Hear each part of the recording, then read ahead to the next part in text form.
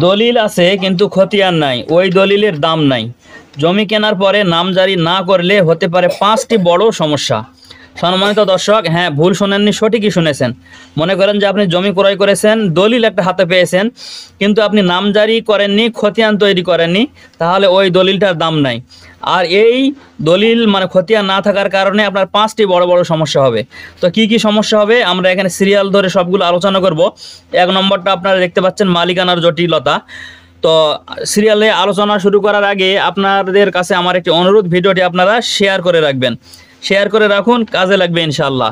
আপনারা যদি শেয়ার করে রাখেন, আজকে হয়তো বা কাজে লাগতেছে না, কিন্তু কিছুদিন পরে এটা অবশ্যই আপনার কাজে লাগবে, কারণ দরকারি জিনিস। সবারই জমি আছে আর সবারই জমির সমস্যা আছে, সেজন্য ভিডিওটি শেয়ার করে রাখবেন। তো চলুন আমরা আলোচনা করি। 1 নম্বর সমস্যা যেটা, সেটা হচ্ছে মালিকানার জটিলতা। আপনি যদি জমি কেনার পরে, দলিল হাতে পাওয়ার পরে জমিটা নামজারি না করেন, তাহলে এটার কোনো কারণে যদি মালিকানা নিয়ে যদি সমস্যা তৈরি হয়, আরেকজন যদি জমিটির মালিকানা দাবি করে, তাহলে আপনি আদালতে বা কোনো বিচারে তখন আপনি নিজেকে মালিক হিসাবে প্রমাণ করতে পারবেন না। সরকারি কর্মকর্তা কর্মচারীরা বলবে যে না, এই দলিলের কোনো দাম নাই। সেজন্য জমি কেনার পরে আপনাকে কি করতে হবে? নামজারি করে নিতে হবে। 2 নম্বর সমস্যা হচ্ছে কি? খাজনা সমস্যা, খাজনা জটিলতা। মনে করেন যে আপনি জমি কিনেছেন, দলিল পেয়েছেন, আরামে বসে আছেন, কিন্তু আপনি নামজারি করেননি। এখন আপনি যদি খাজনা দিতে যান, আপনার কাছ থেকে ওরা খাজনা নেবে না, বলবে যে না, তোমার কাছে খাজনা নেওয়া যাবে না, তোমার নামে কি নাই, নামজারি করা নাই। তো বলবেন যে তাহলে তো ভালোই, আমার খাজনা দেওয়া লাগলো না। তো আপনি যদি খাজনা না দেন, দীর্ঘদিন পরে যখন খাজনা বাকি থাকবে, তখন সেই বাকি খাজনা এবং এই বাকি রাখার কারণে আপনার প্রতি জরিমানা সহ দেওয়া লাগবে। এজন্য আপনাকে নামজারি করে খাজনা পরিশোধ করে রাখতে হবে। 3 নম্বর সমস্যাটা হচ্ছে বিক্রি সমস্যা। বিক্রি সমস্যা কি?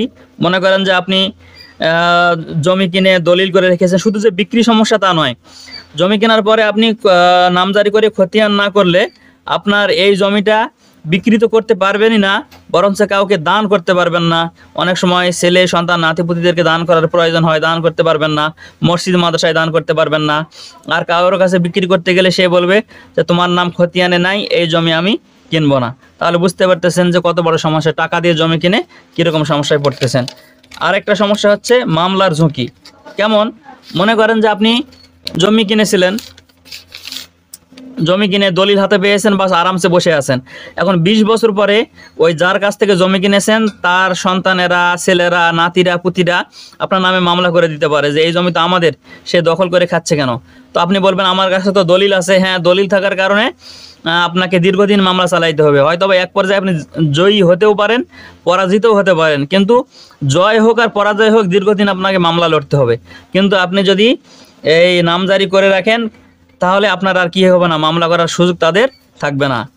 5 নম্বর সমস্যাটা হচ্ছে কি? অধিগ্রহণ সমস্যা। অধিগ্রহণ সমস্যা মানে কি? আপনারা নিশ্চয়ই জানেন যে দেশে কোনো এলাকায় যখন কোনো উন্নয়ন কাজ চলে, তখন সেই এলাকাতে জমি, জনগণের জমি নিয়ে নেওয়া হয়, তাই নয়? ব্রিজ তৈরি করার সময়, বড় রোড বড় করার সময়, বা অন্য যে কোনো কাজের সময় জমি নেওয়া হয়। তো সরকার জমি নিলে যার জমি তাকে কি করে, জমির টাকাটা দেয়। কিন্তু মনে করেন যে আপনার কাছে দলিল আছে, কিন্তু খতিয়ানে নাম রয়ে গেছে আপনি যার কাছ থেকে জমি কিনেছিলেন তার নাম। তো সেখানে সরকার ওই খতিয়ানওয়ালাকে টাকা দিয়ে দিবে। আপনার জমির টাকা দিয়ে দিবে কাকে? ওই খতিয়ানওয়ালা লোকটাকে, আপনাকে টাকা দিবে না। সেজন্য আপনি যদি নামজারি করে রাখেন, খতিয়ান তৈরি করে রাখেন, তখন আপনি পরিপূর্ণ টাকাটা পাবেন। তাহলে দেখেন, আমি পুরোটা একবারে দেখানোর চেষ্টা করি। এই 5টা সমস্যা আপনাকে ফেস করতে হবে। কি না করলে? দলিলের পরে খতিয়ান তৈরি না করলে, নামজারি না করলে, এই 5টা জটিলতা আপনাকে একসঙ্গে ফেস করতে হতে পারে, বা একটা করেও ফেস করতে হতে পারে। সেজন্য সম্মানিত দর্শক, আপনাদের কাছে আমার অনুরোধ, ভিডিওটি আপনারা শেয়ার করে রাখবেন এবং অতি দ্রুত খাজনা খারিজ করে রাখবেন ইনশাআল্লাহ। আসসালামু আলাইকুম ওয়া রাহমাতুল্লাহ।